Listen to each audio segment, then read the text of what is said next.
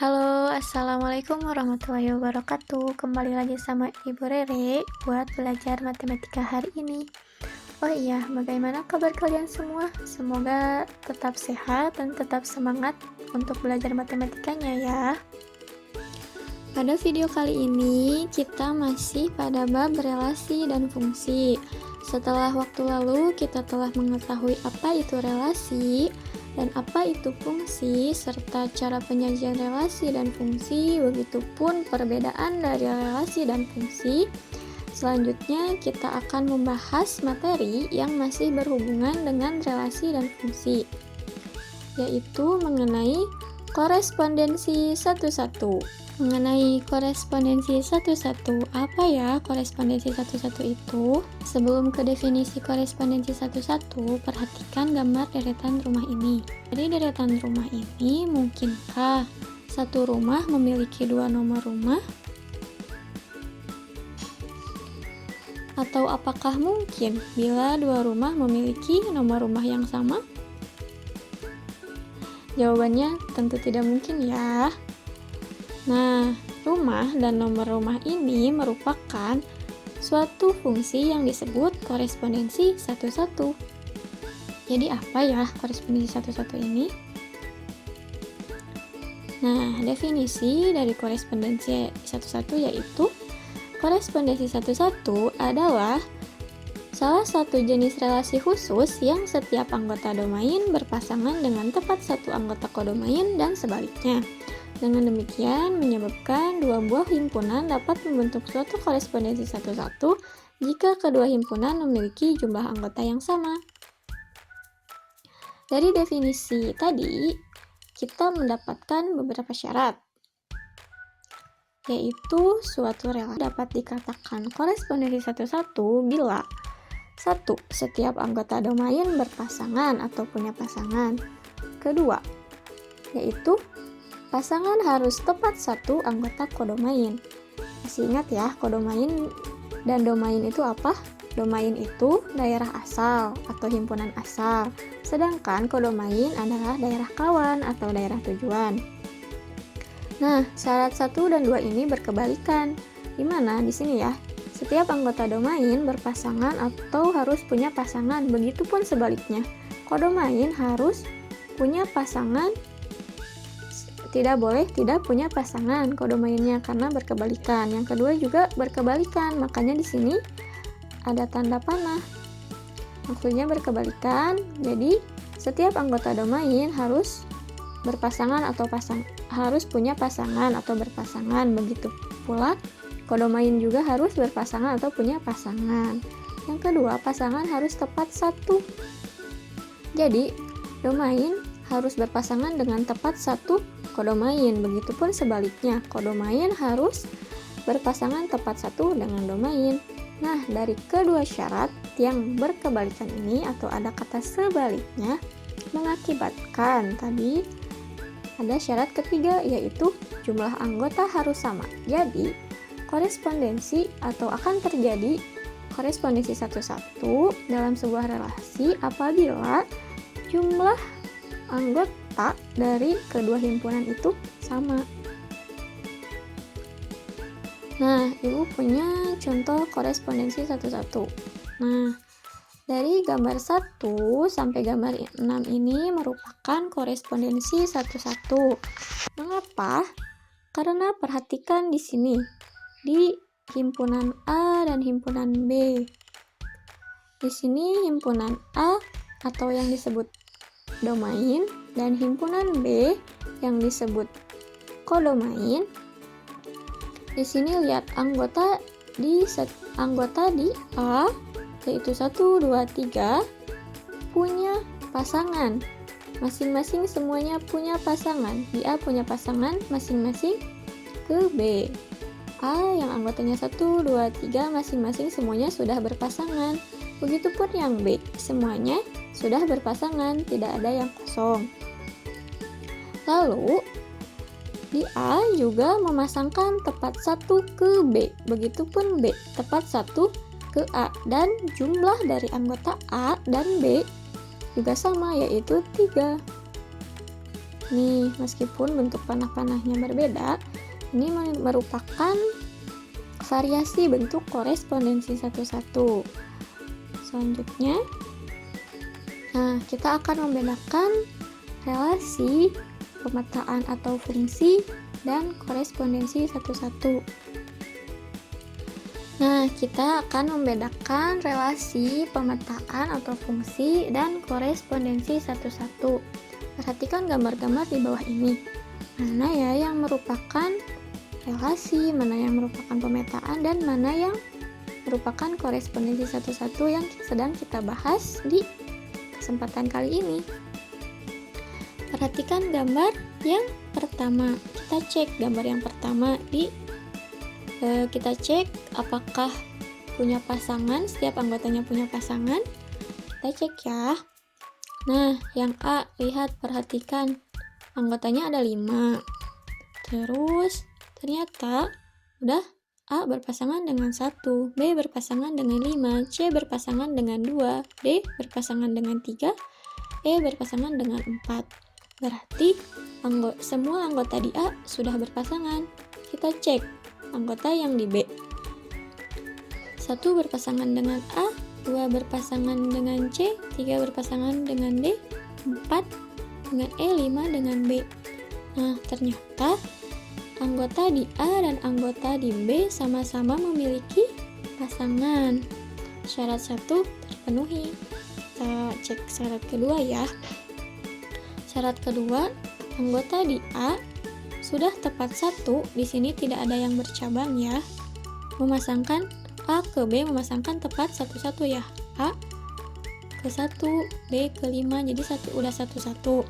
Coba kita sebaliknya yang B ke A. Ternyata sama, tidak ada yang bercabang. Lalu kita cek syarat ketiga, yaitu jumlah anggotanya harus sama. Perhatikan, jumlah A 1, 2, 3, 4, 5, jumlah B juga 1, 2, 3, 4, 5. Berarti ketiga syarat dipenuhi, jadi gambar ini merupakan korespondensi satu-satu. Yang C,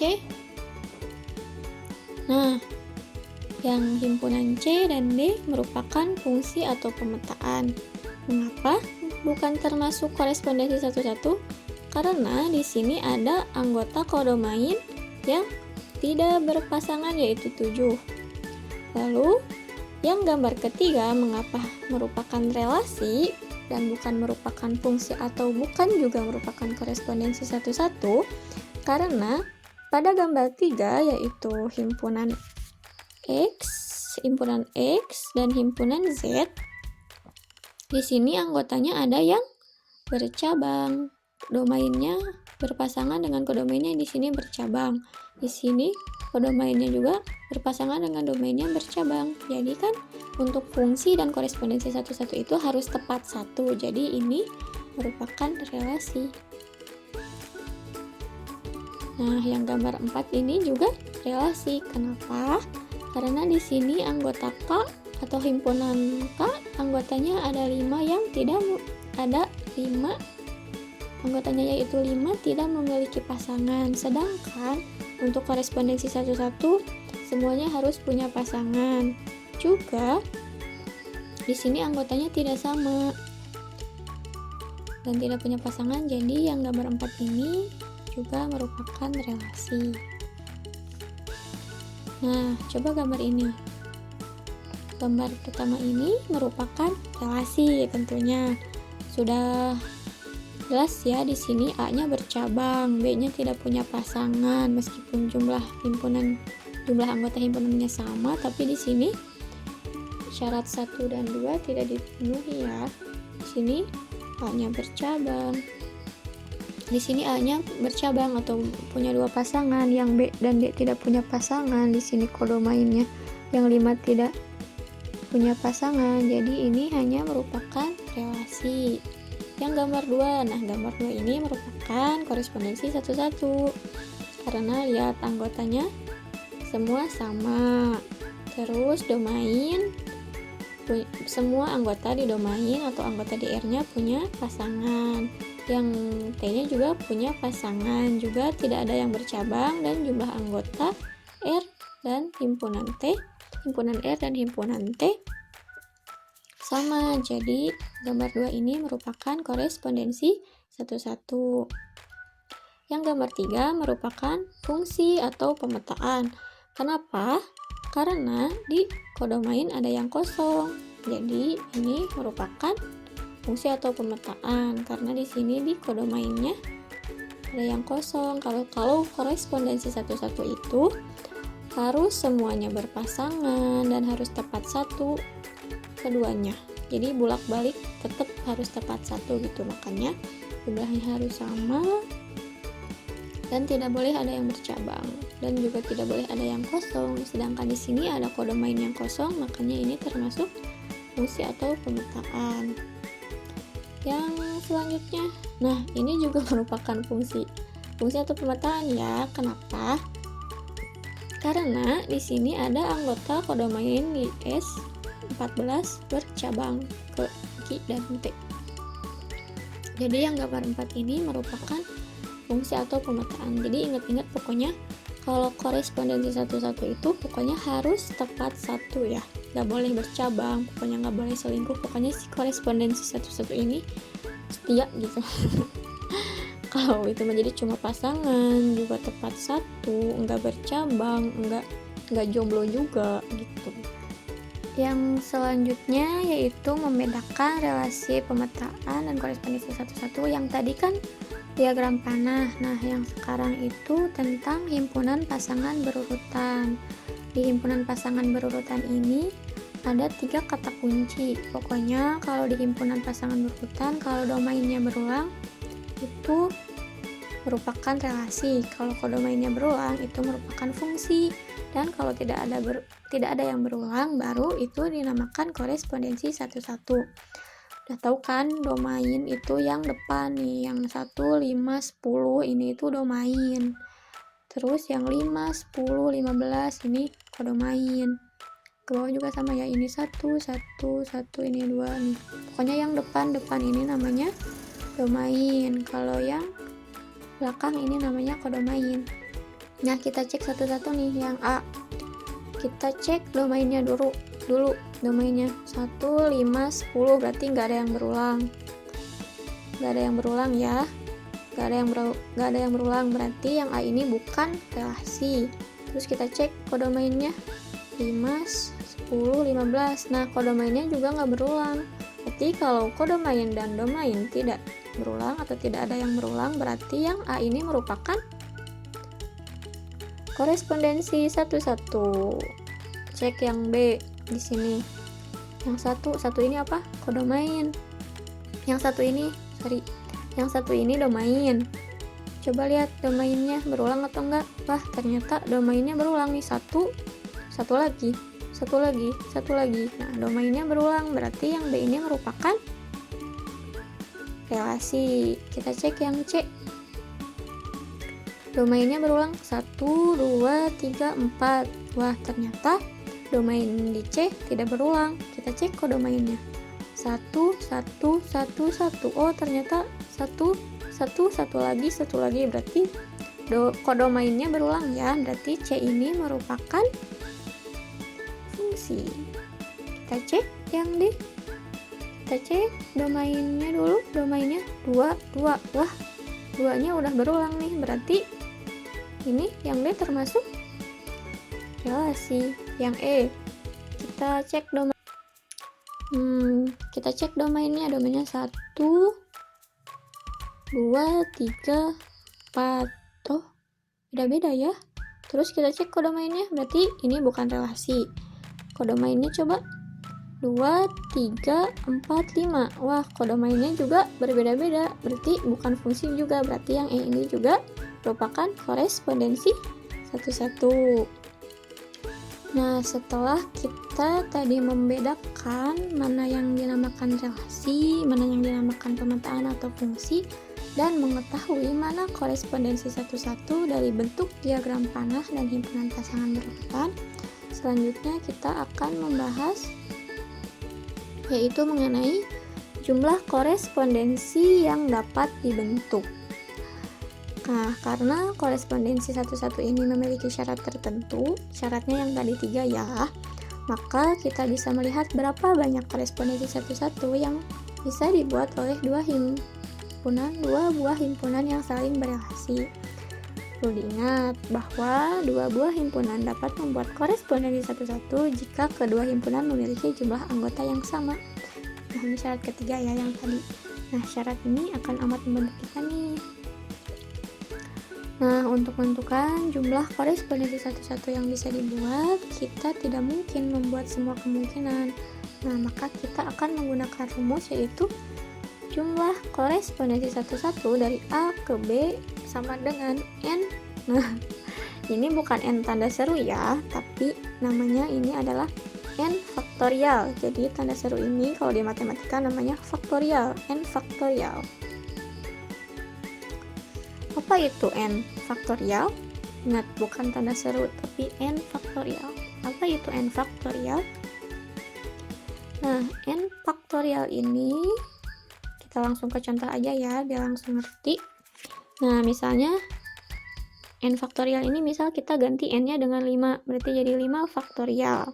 Nah, 5 faktorial ini sama saja artinya dengan 5 kali 4 kali 3 kali 2 kali 1. Jadi 5 faktorial ini sama dengan hasilnya yaitu 20.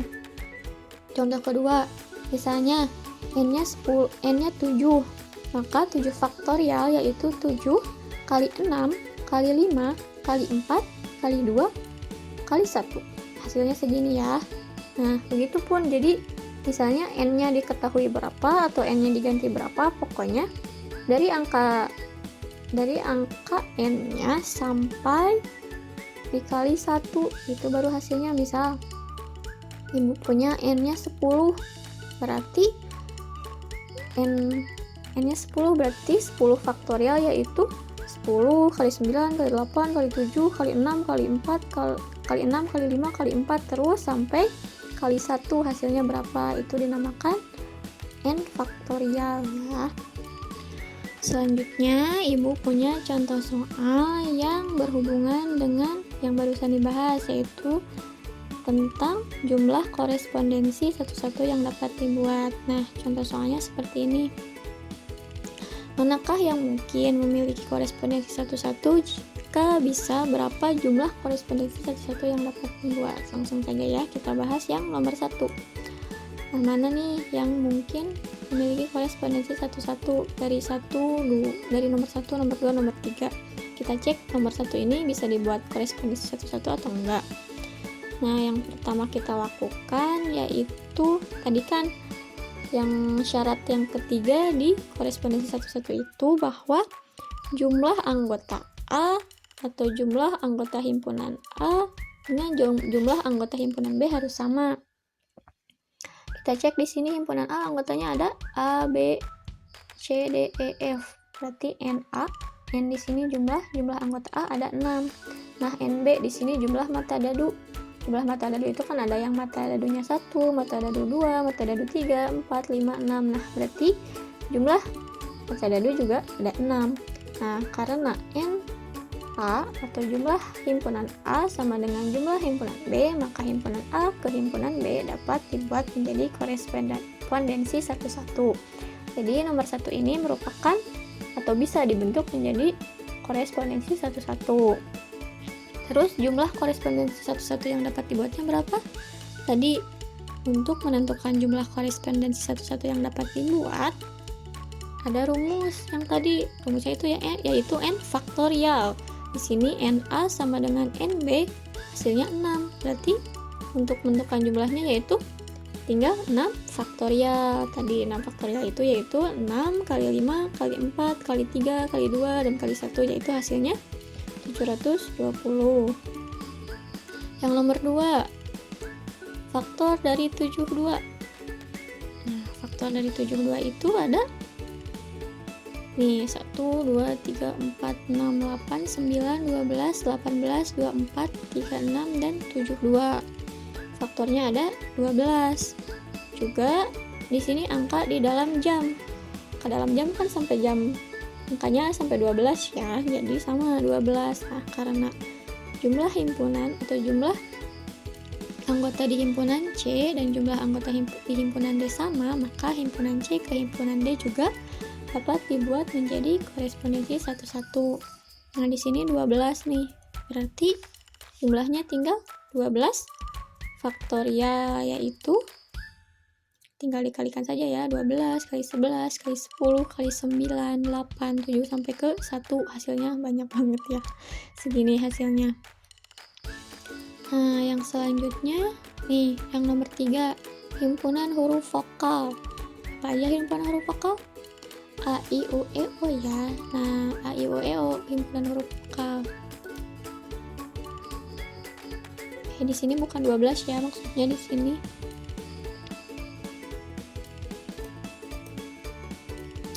Maaf, ibu salah ketik. Di sini 5.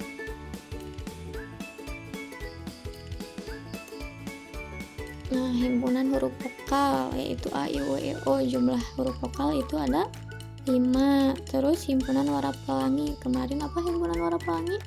Mejiku, biniu, merah, jingga, kuning, hijau, biru, nila, sama ungu. Hasilnya 7. Nah, karena jumlah himpunan E, anggota himpunan E tidak sama dengan jumlah himpunan anggota himpunan F, maka himpunan E ke himpunan F tidak dapat dibuat menjadi korespondensi satu-satu, karena kan syarat dari korespondensi satu-satu itu jumlahnya harus sama. Nah, jadi jumlah korespondensi yang dapat dibuat ya nggak ada, berarti jumlah korespondensi satu-satu yang dapat dibuatnya yaitu nggak ada, berarti 0 jawabannya. Kayak gitu. Nah, ini yang nomor 4, kalau ada soal jika NS sama dengan NT udah diketahui ya, sama dengan 3, berapa total korespondensi satu-satu yang dapat dibuat? Tinggal masukkan ke rumus aja ya, berarti 3 faktorial. Nih, karena N-nya di sini 3, ya berarti 3 faktorial. 3 kali 2 kali 1 hasilnya 6. Nah, selanjutnya untuk soal seperti ini, yaitu kalau ditanyakan total jumlah korespondensi satu-satu yang dapat dibuat dari A ke B adalah 120, udah diketahui jumlahnya, disuruh mencari anggota B. Nah, kita kan ketahui ya kalau N faktorial tadi, nah udah diketahui ternyata N faktorialnya itu 120, yang ditanyakan jumlah anggota B. Yang ditanyakannya jumlah anggota B, berarti yang ditanyakannya itu N B kan, ditanyakannya NB. Berarti caranya gimana? Caranya itu tinggal kita di sini 120 kita bagi satu-satu, bagi 1, hasilnya atap 120, terus dibagi 2, hasilnya 60, terus kita bagi lagi 3, hasilnya 20, 20 terus dibagi 4, 20 hasilnya 5. Nah, kalau udah berurutan tiba-tiba pas udah dibagi, nah ini kan pas udah dibagi 4 jadi berurutan nih, jadi hasilnya 5. Nah, berarti ketemu NB sama dengan 5, N-nya berarti N-nya 5. Nah, jadi jumlah anggota B adalah 5 gitu. Kita cek coba 5 faktorial ya, apa benar hasilnya 120. Kita cek 5 faktorial berarti 5 dikali 4 dikali 3 dikali 2 dikali 1, hasilnya 5 kali 4 20, 20 kali 3 60, 60 kali 2 120, berarti benar ya. Ya, ibu punya soal nih yang seperti ini. Wah, ini soal yang paling gampang ya. Di sini sebuah toko akan memberikan kode dalam label harga produk. Mereka memutuskan menggunakan kode seperti di bawah ini. Ini kodenya ya. Nih kodenya Legur Asik. Pertanyaannya itu, bagaimana toko tersebut akan menulis untuk harga 9.750, 37.500, dan 42.500. Caranya, kita tinggal lihat aja di sini angka-angkanya nih di sini ya. 9 yang pertama 9 7 50. Nah, 9.750. Untuk harganya berarti kita tinggal menulis untuk harga 9.750 ini, tinggal kita lihat aja angka 9 huruf apa di sini. Koresponden satu-satunya. 9 huruf K, tinggal K. Terus 7 huruf Y. 5 huruf A. Terus 5 terus 0 huruf L. Nah, jadi kodenya L untuk menulis harga seperti ini. Yang B juga, misalnya di sini tentukan barang yang jika tertulis RAL harganya berapa. Tentukan barang yang tertulis RAL harganya berapa nih. RAL R A L R A, disitu kan RAL ya. L-nya 3 RAL. Tinggal lihat aja R-nya di sini berapa. 4, A-nya berapa? 5. Terus L-nya ada. Terus L 0 berarti. Nah, berarti untuk yang kodenya RAL ini harganya bakal 45.000. Jadi kalau ada soal seperti ini tinggal ditulis aja, tinggal dilihat di kodenya. Gitu. Lagi ya, misalnya yang 37.500. 37. Nah, misalnya yang 37.500 misalnya lagi yang ini yang kedua yang 37.500, berarti kodenya untuk menulis harga 37.500 berarti kodenya pakai apa nih? 3 di sini apa? 3 berarti U. Ini menjadi tulisnya U. Terus 7 apa? 7 Y. 5 A. Terus 0 2 kali. Nah, L-nya 2 L. Terus kalau yang 42.500 berarti 4 apa? 4 R. Ini R 4 R.